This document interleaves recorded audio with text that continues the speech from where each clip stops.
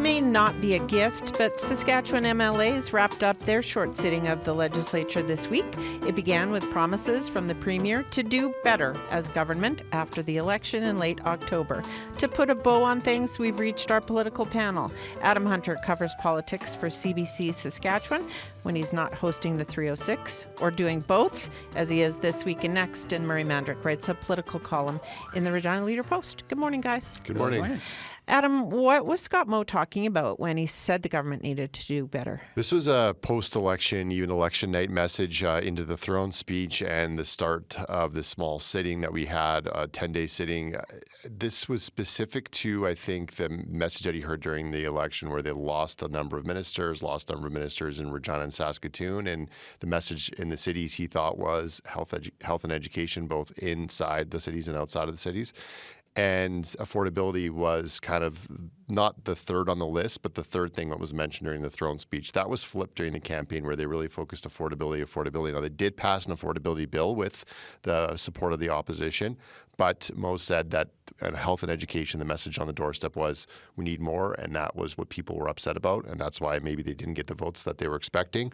That also came, I think, with behavior in the House, and it was only 10 days, and I think there was maybe 1 or 2 days where there was heckling was a thing, but the new speaker he put an end to that, and I think that was one of the messages the government had. Okay, we need to behave better because of what happened in the spring.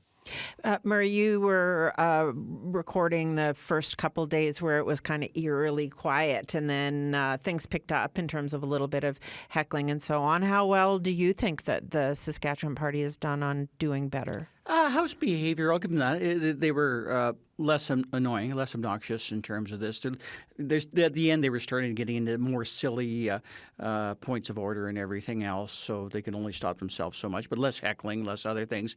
Policy-wise, I also think that they were probably doing better, but in some ways, if you look at how the last session of the last legislature ended or how the election campaign went, when the number one priority all of a sudden became kids' change rooms, it's not hard to do better. The better part was basically focusing on the things that, as Adam outlined, affordability, health, education. But and it's a big but in this particular case, there's too much baggage. And we're dealing with stories of things said and done in the past. We had a whole auditor's report talking about issues that haven't been properly dealt with, like foreign farmland ownership or the whole Gary Graywall situation, a conflict of interest. The not better part is basically saying, well, we're going to do everything, or basically doing everything possible to prevent Mr. Graywall from being accountable for what he did as an MLA and not dealing with the issue of whether he should be punished or not,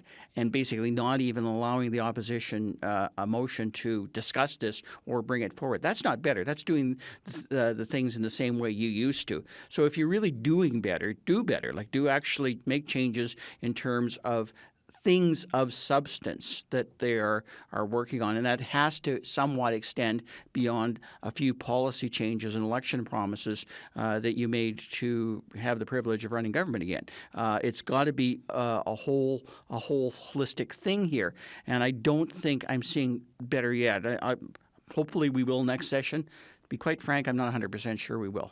Adam, you had a chance to talk to the Premier yesterday, and I found him to be sounding more statesman-like, less combative when it comes to conversations with the Prime Minister and other premiers on what the incoming President Donald Trump may or may not do with tariffs. What did you hear from Scott Moe yesterday? That tone may not have lasted very long because in the afternoon, he did put out a post on social media saying that there was a betrayal if Trudeau and the Liberal government go through with export taxes on things like potash, oil, and uranium, and that should ring some bells for people in Saskatchewan. Those are 3 of our major exports and things that drive the economy here. And so that was also posted by Brad Wall and others. Danielle Smith saying a similar thing. And what's been happening over the last couple of days since this meeting with Trudeau and even leading into the meeting was we need a united front. And that's what Scott Moe told me yesterday. And I think he does believe that. But we have premiers all coming and saying a different thing. So they're all saying different things. Wap Kinew saying, well, we're going to have a list of retaliatory measures. Doug Ford's being very specific about withholding energy exports to the U.S. or different different things. Scott Moe in our conversation said, well, let's not go too crazy. Let's wait and see what happens. I think it's sort of a foregone conclusion that these tariffs are coming the way Donald Trump is talking, the way his incoming government is talking. And so this Team Canada approach isn't working. I will say that Scott Moe didn't, in our conversation, say as much as we heard in the past being critical of the Prime Minister or calling for an election, but he still did call for an election. He still is saying we need a new leader. We need someone who's got a mandate. This government's been along for more than 4 years. It's time. Call an election. Let's have whoever's elected. So we do have to give a hint of who he thinks might be elected. Right. Give more of a united front and come out and be our negotiator with Trump going forward. Marie, what do you see for this conversation doing for federal-provincial relations? When you have a work colleague friend who goes on and babbles away. Yeah, but he's right here. He's right, exactly. I was about to say that you're usually smart enough to say, Murray, quit being an idiot on air. It's the same thing in I didn't bring my poking stick today. It's the same thing in politics, though. It doesn't do any good to, at every available opportunity, to point out every stupid thing Justin Trudeau says. For one, it's a full-time job in itself because it's incredibly stupid to be Scott Moe happens to be dead right. The whole notion of taxing potash and uranium and oil is a bad thing, but it's a bad thing to tweet it too. And when you tweet that out, it gives strength to the position of the Americans. And I think Elon Musk and Donald Trump follow Twitter a bit. I think there's an opportunity for them to see this division, see the fact that we seem to be having 10 additional foreign ministers putting forward their position and doing things. If these leaders, sub-nation leaders, as they like to call themselves, can't get together and present that united front, they're going to lose. And I truly think that they will, because Donald Trump clearly has the upper hand this term. He's going to very easily blame this, and the American public is going to be very accepting that Canada is our only problem, Mexico's our only problem. We're making America great as being isolationists again. And I think that that's really problematic. Scott Moe actually has a huge amount to offer here. His story about the notion of how our economies are so integrated. If you look how a tractor is manufactured and the parts that go back and forth and the implements and everything else that are attached to the tractor go back and forth, and some are made in Canada and some are made in the U.S., etc. It's a really interesting, compelling story about how integrated our economy is. And that's the story that we need to tell. This little bit of sniping every political opportunity you get is unhelpful. So, just ignore your stupid friend for a day or so. Adam, the opposition had some questions about an award that the Premier got this week. What can you tell us about it? Yeah, then the Premier didn't have many answers. He kind of, I think, sidestepped it a bit, saying, I don't really remember, or, this was happened in June. This came out because the opposition was critical of a trip that Scott Moe made to Toronto with some staff that cost over $10,000, and the hotel bill that came with that. And on one of the nights where he was there, he went to this gala. Blaine Higgs was there, the New Brunswick Premier, and they were awarded with some leadership awards from this advocacy group. Now, the NDP frames them as a far-right advocacy group based on what they were promoting, some of the comments that were made at that thing, praising Scott Moe for things like standing with the Freedom Convoy, in someone's words, standing up for, against COVID measures, or, pulling some of those. Also, his leadership against, the carbon tax and things like that.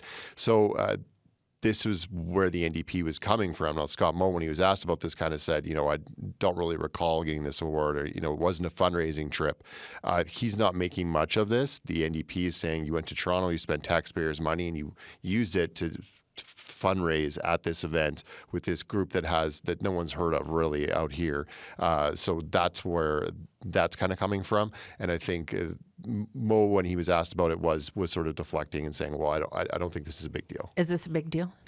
I don't know if it's a big deal, but it's one of two things. It was either a fundraising trip because the leader of this concerned manufacturers group basically said, hey, isn't it great that Saskatchewan is one of the few provinces where other province people like us can donate to good leaders like Scott Moe, as you should. Sounds like a bit of a fundraising thing to me. It was either that or it was Scott Moe going there in need of being validated by this particular group. And I don't see how either one of them are particularly productive for Saskatchewan or Scott Moe. Certainly not for Saskatchewan, because they didn't even talk about this award. You know how they basically have a wall filled with their awards and handshakes and everything else. Wasn't even so much as a press release on this one. So I guess that kind of tells you a little bit about. They did mention that they were meeting with this group, but that's about it. But delving into what this group was, I don't know if that was necessarily a smart thing to do. If Scott Moe is doing better, as per the theme of this chat, doing better means listening to a broader range of voices and not being so swayed by those that are giving you awards for your silly things on the convoy, or maybe some missteps on the unscientific COVID response that everybody else had. I think it was pretty scientific. I think that one of the weakest moments in Scott Moe's political career, perhaps his turning point, was when he walked away from what was a good policy, listening to Dr. Shahab. And it's things like that I think he's going to be most remembered for. So I just don't understand this need for him to do this when there's other opportunities to do better things.